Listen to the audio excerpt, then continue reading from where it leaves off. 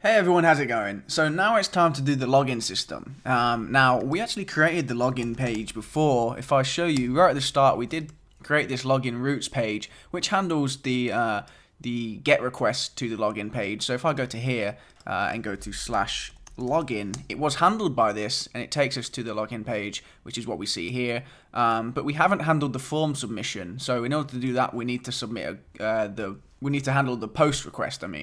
Because when you access a page like this, you're accessing it via a GET request. So if I just enter something in there, you're going to see an error now because we haven't handled the post request. When I submit a form using that button, it submits it as a post request.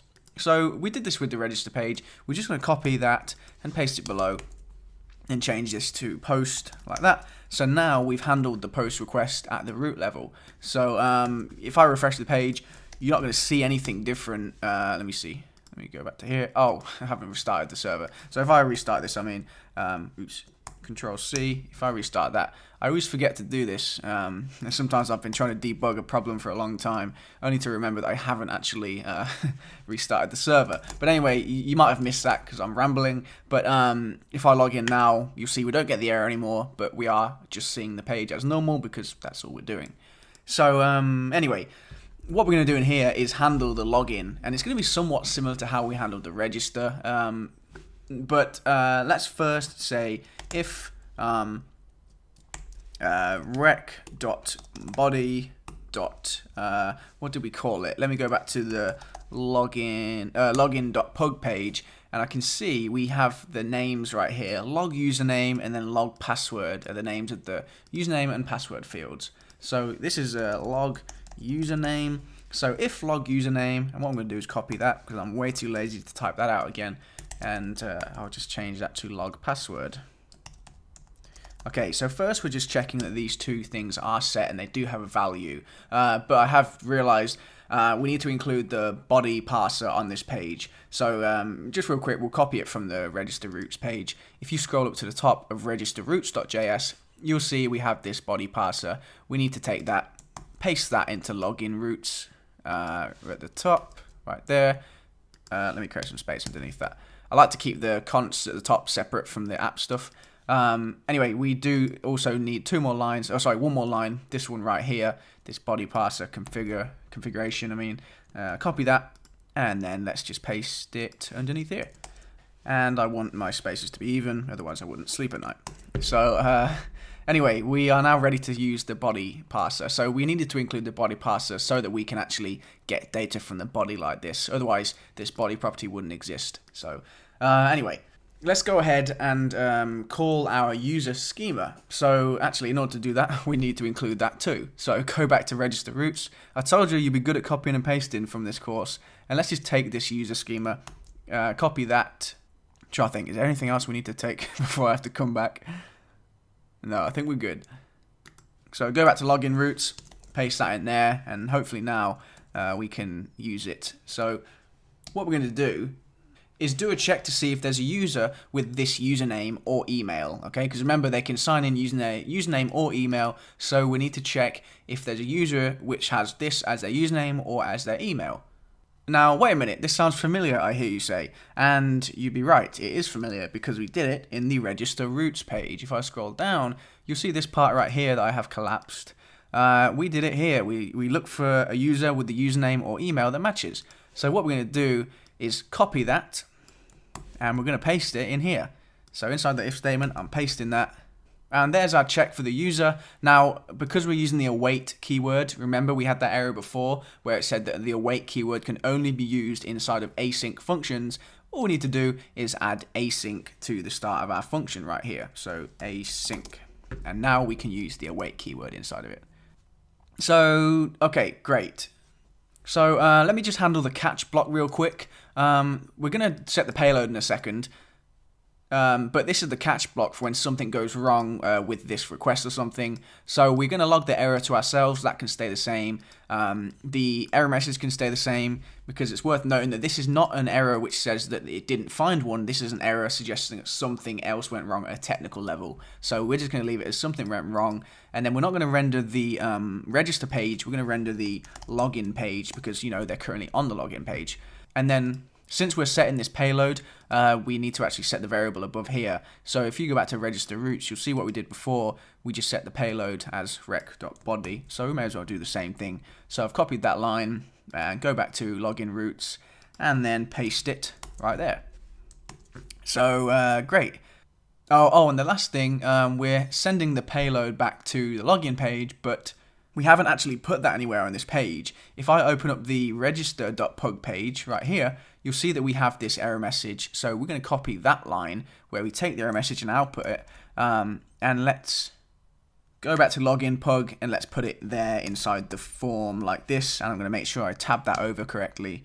Okay, great. So now if the error message is set, it will be there.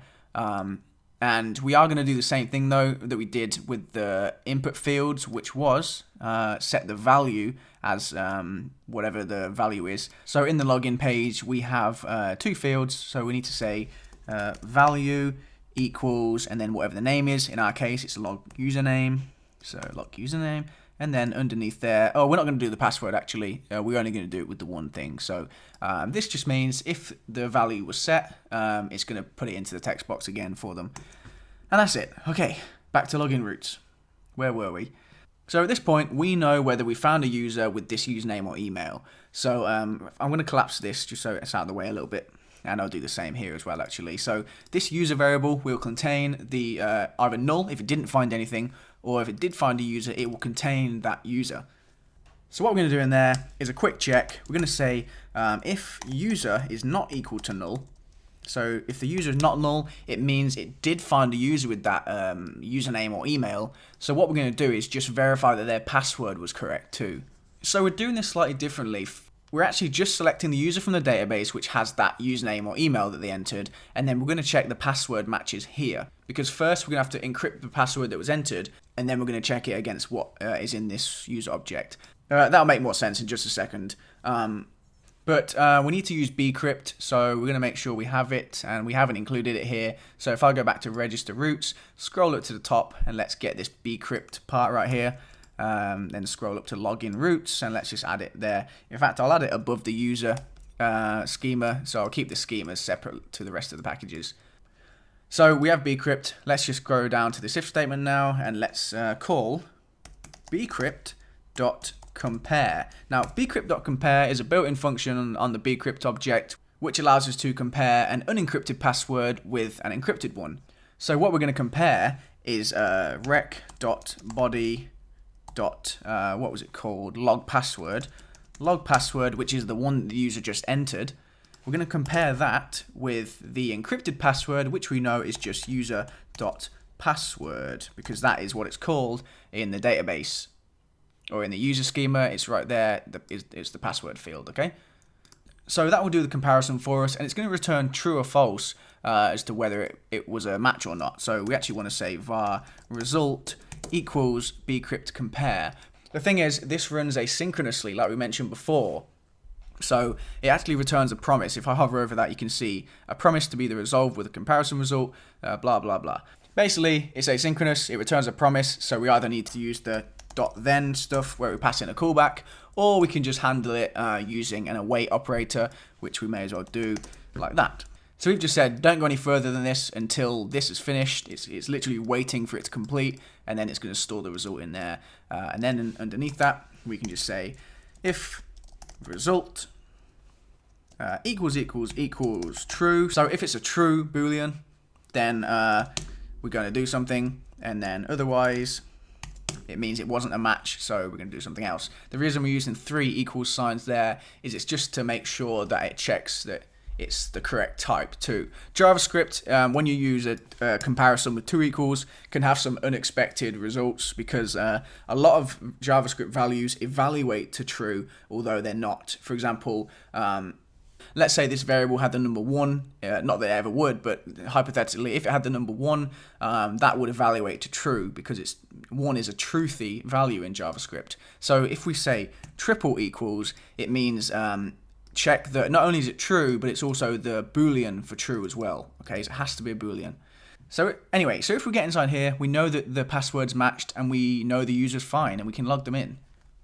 So all we're going to do is say rec.session dot user equals user, which of course was the user we found from the database.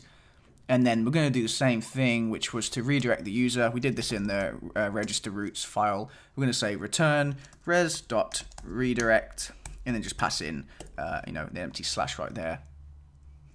So great, we're going to redirect the user. So we just set the session and then send them to the home page. Now, to handle the case where they didn't log in correctly, what we're going to do is set the payload error message, just like we did inside this catch block, and then send them to the login page. So what I'll do is copy those 2 lines from the catch block and stick it in there, and then let's change the error message to password incorrect. And then actually I've just thought we may as well move that outside of this whole else block. So I'll actually take those 2 lines, cut them, and then I'll get rid of this else block entirely.